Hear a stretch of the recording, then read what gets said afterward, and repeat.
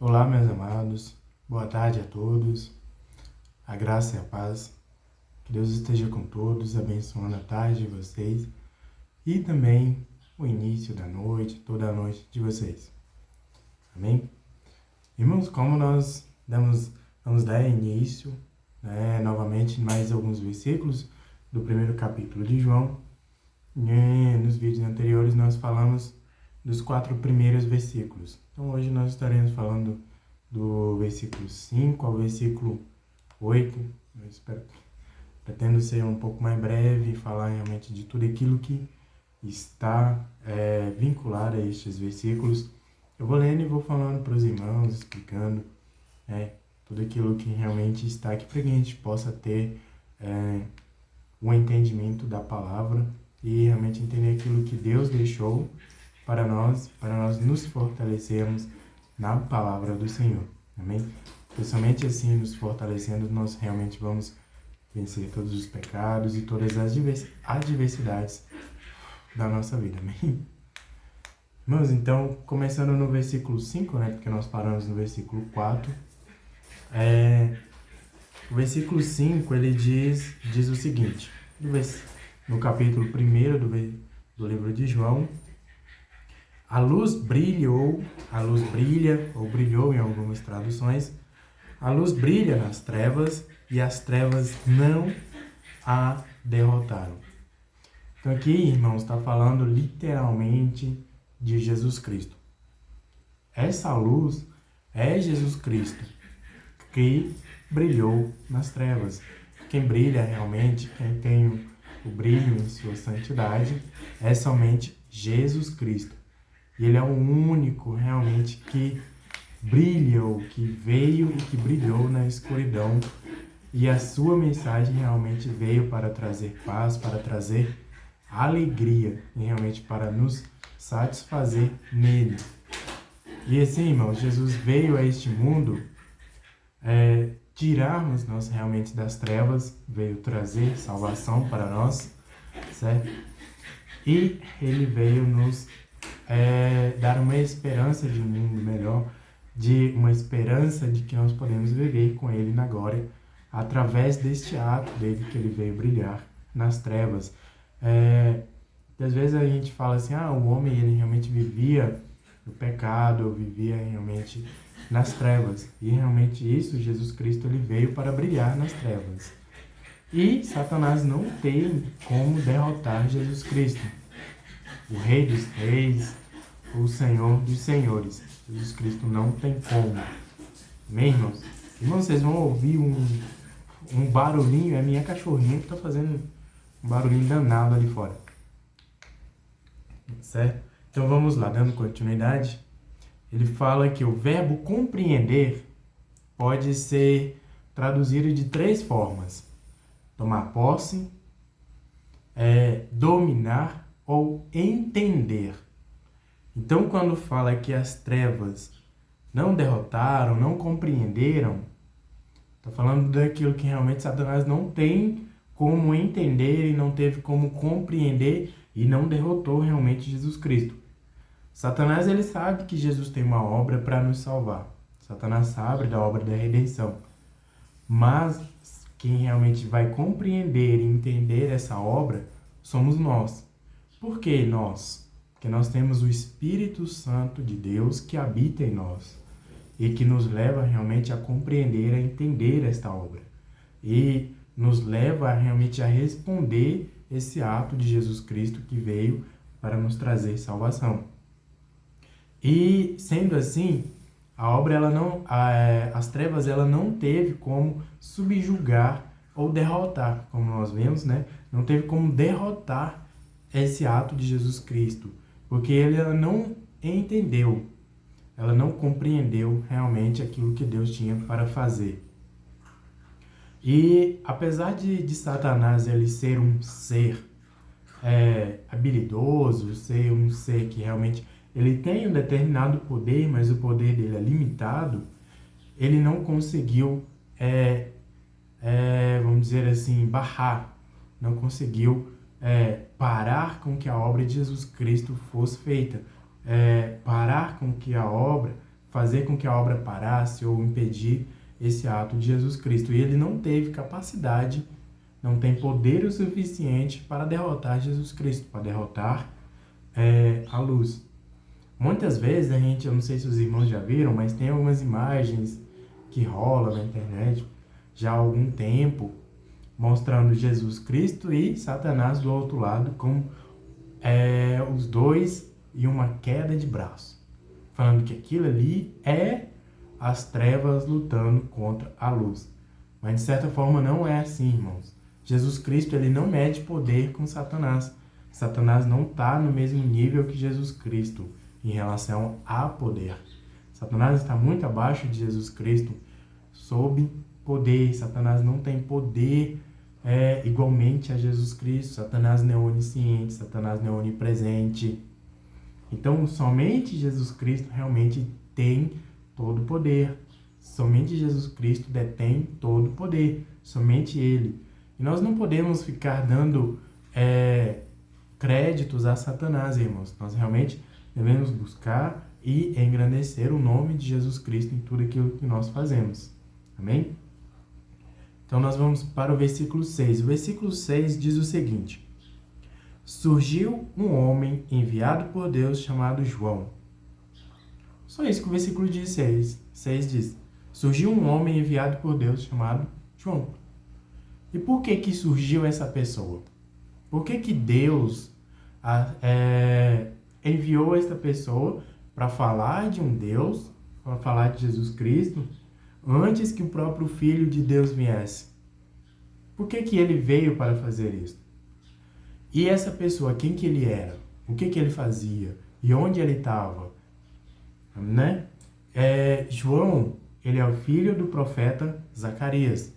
O profeta Zacarias, quando ele foi entrar no templo para fazer lá os seus rituais, era a vez dele realmente estar ali no templo para falar, para orar ao Senhor, interceder pelo povo. O profeta Zacarias vê um anjo e ele recebe do anjo uma palavra de que ele teria um filho, que a sua esposa engravidaria. E ele, meio porque duvidar, titubear em relação a isso, ele ficou sem palavras, ele não conseguia mais falar. E a sua esposa engravidou, a sua esposa realmente gerou um filho do profeta Zacarias. E quando esse filho veio a nascer, as pessoas perguntavam e questionavam qual seria o nome da criança. E o anjo do Senhor já havia falado para Zacarias qual seria o nome da criança.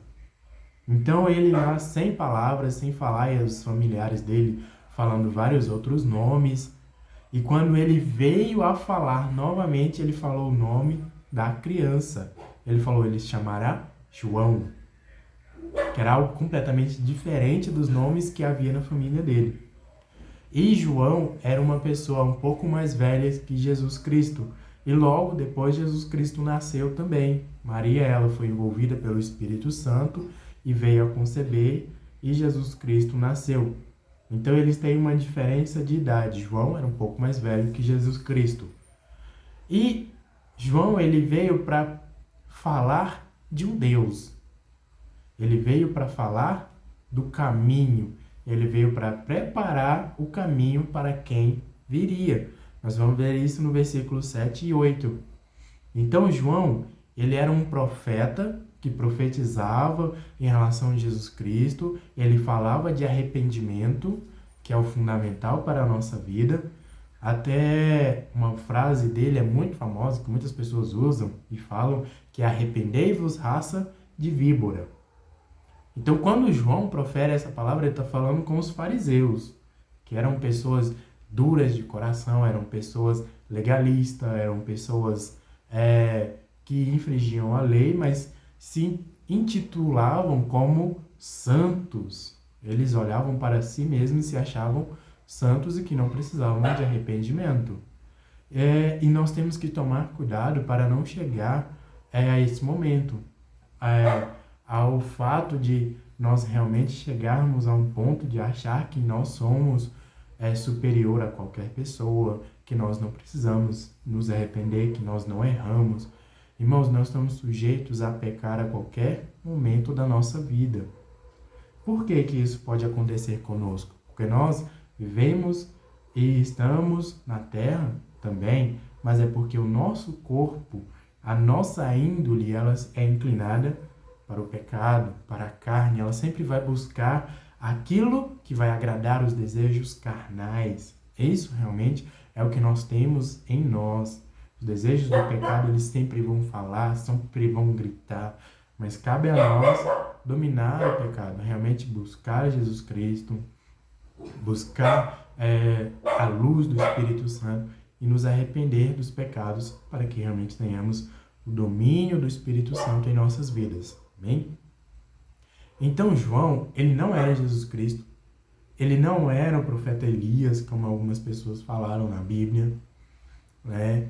Então ele veio para falar de Jesus Cristo, para preparar o caminho. Ele foi um homem enviado por Deus para falar a respeito da luz que viria, para falar do enviado de Deus e do Filho de Deus, do Cordeiro que tira o pecado do mundo. Então ele vinha para falar desta pessoa, deste ser em particular, que era Jesus Cristo. Então ele foi enviado com esse objetivo, pregar arrependimento e preparar o caminho e falar de Jesus Cristo. E João, ele veio para testificar da luz, né, como eu já falei, para falar, e a nossa função é realmente ter o mesmo papel de João Batista. Nós somos também pregadores da luz, nós devemos falar de Jesus Cristo, nós devemos anunciar o Evangelho de arrependimento, a mensagem da cruz, que o sangue de Jesus salva, que o sangue de Jesus nos lava do pecado, que a cruz é o único caminho para a salvação, que Jesus Cristo é o caminho, a verdade e a vida. Nós realmente devemos pregar isto e falar a respeito de Jesus Cristo. Não falar de nós, não falar que nós somos capazes, mas realmente enfatizar o nome de Jesus Cristo, engrandecer o Rei dos Reis.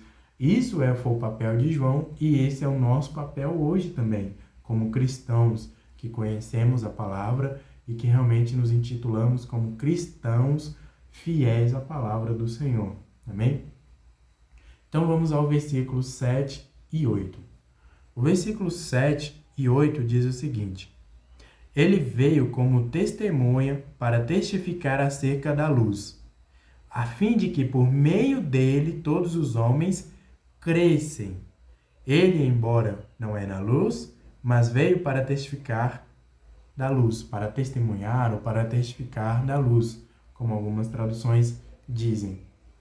Então, João, ele não era Jesus Cristo, ele não era a luz, mas ele veio com um objetivo. O propósito dele era falar desta luz, desta pessoa que viria, que seria o Filho de Deus, que ele viria para resgatar o povo, que ele viria para trazer salvação, que ele viria para trazer arrependimento, para pregar o arrependimento e para livrar o povo da opressão.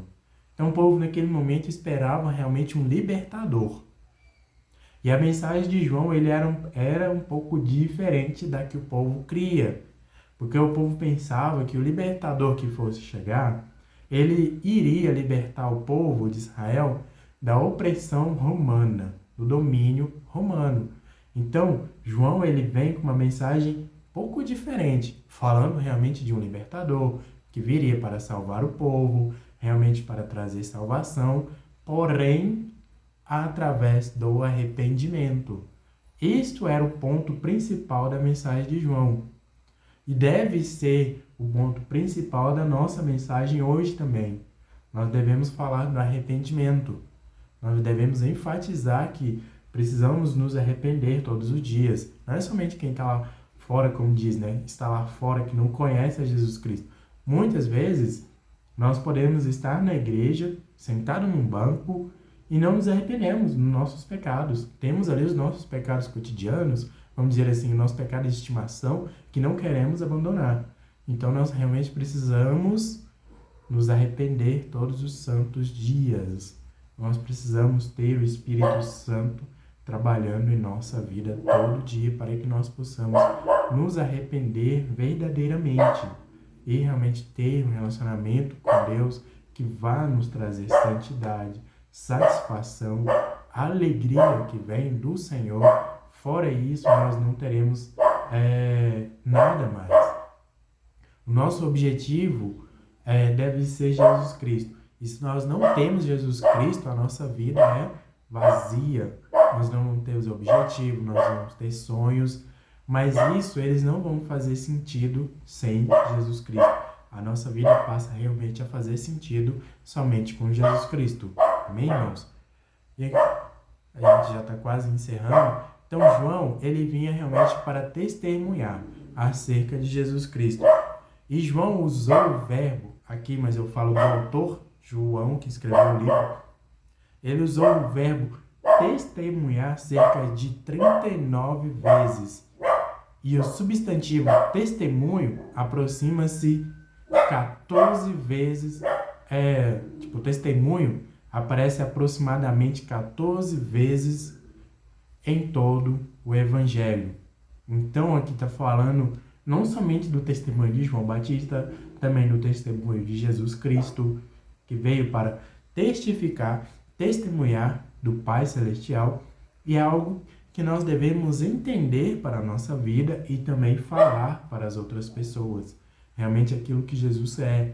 Nós devemos testemunhar o ato de Jesus Cristo. Devemos testemunhar quem Jesus é na nossa vida, o que Ele fez e o que Ele faz. E o que Ele pode fazer na vida daquelas outras pessoas que estão ouvindo, as pessoas que ainda não aceitaram, os nossos familiares e todas as pessoas que estão à nossa volta. Amém, irmãos? Então, esta é a mensagem de hoje em relação a João. Nós vamos dar continuidade ainda até terminar esse capítulo.